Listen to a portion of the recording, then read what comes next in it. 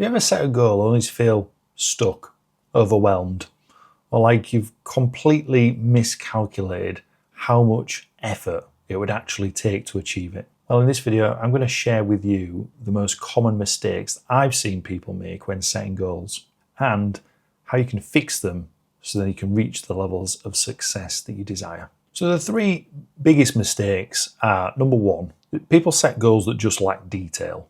Number two, they set goals that just are not big enough or audacious enough. And number three, they completely misinterpret or misunderstand how much resource is actually required to achieve the goals. These mistakes are easy to make though, let's be honest, because often the goals that you're chasing, you've never had that experience, you've never had that level of success or that thing before.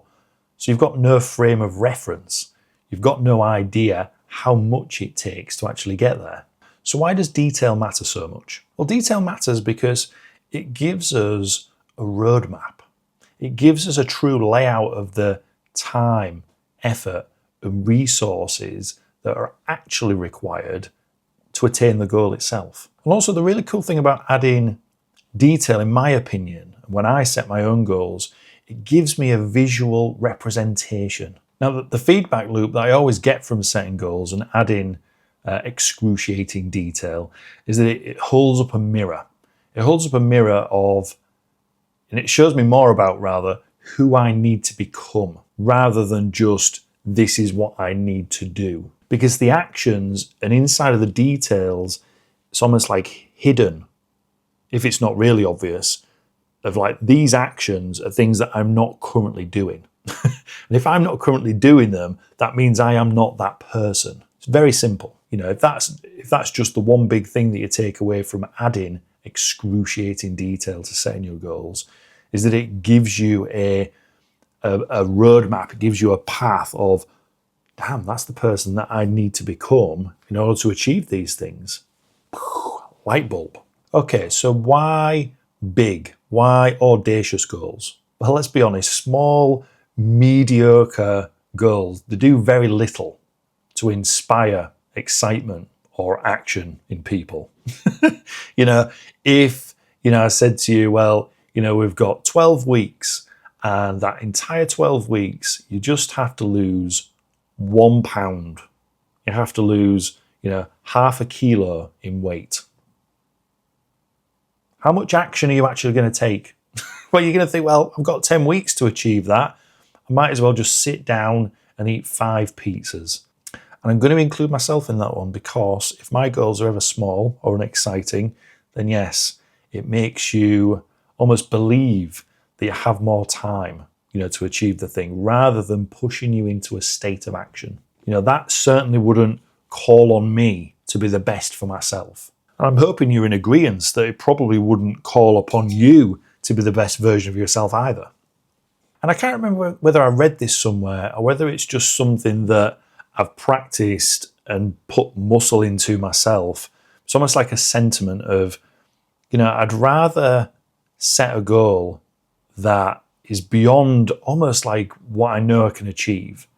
So then I have to test the new levels of myself to try and get there.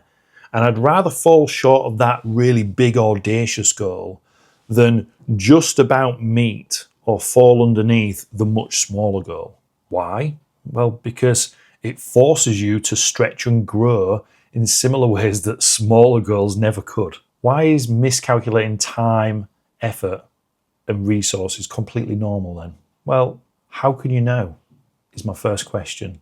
How can you know how much time, resource, and effort it takes to achieve the thing that you've never had before?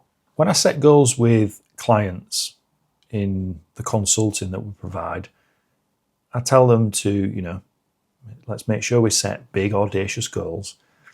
And I say to them, I said, there are 3 scenarios with you achieving this goal. So there are 3 scenarios. So the first scenario is you go beyond the goal that we set. But I'm still going to come back to you and I'm going to say, how did we set this goal high enough if you went above it by 20%, 15%, 10%, whatever that looks like? Did we really set it high enough? So I said, I'm still going to be asking questions.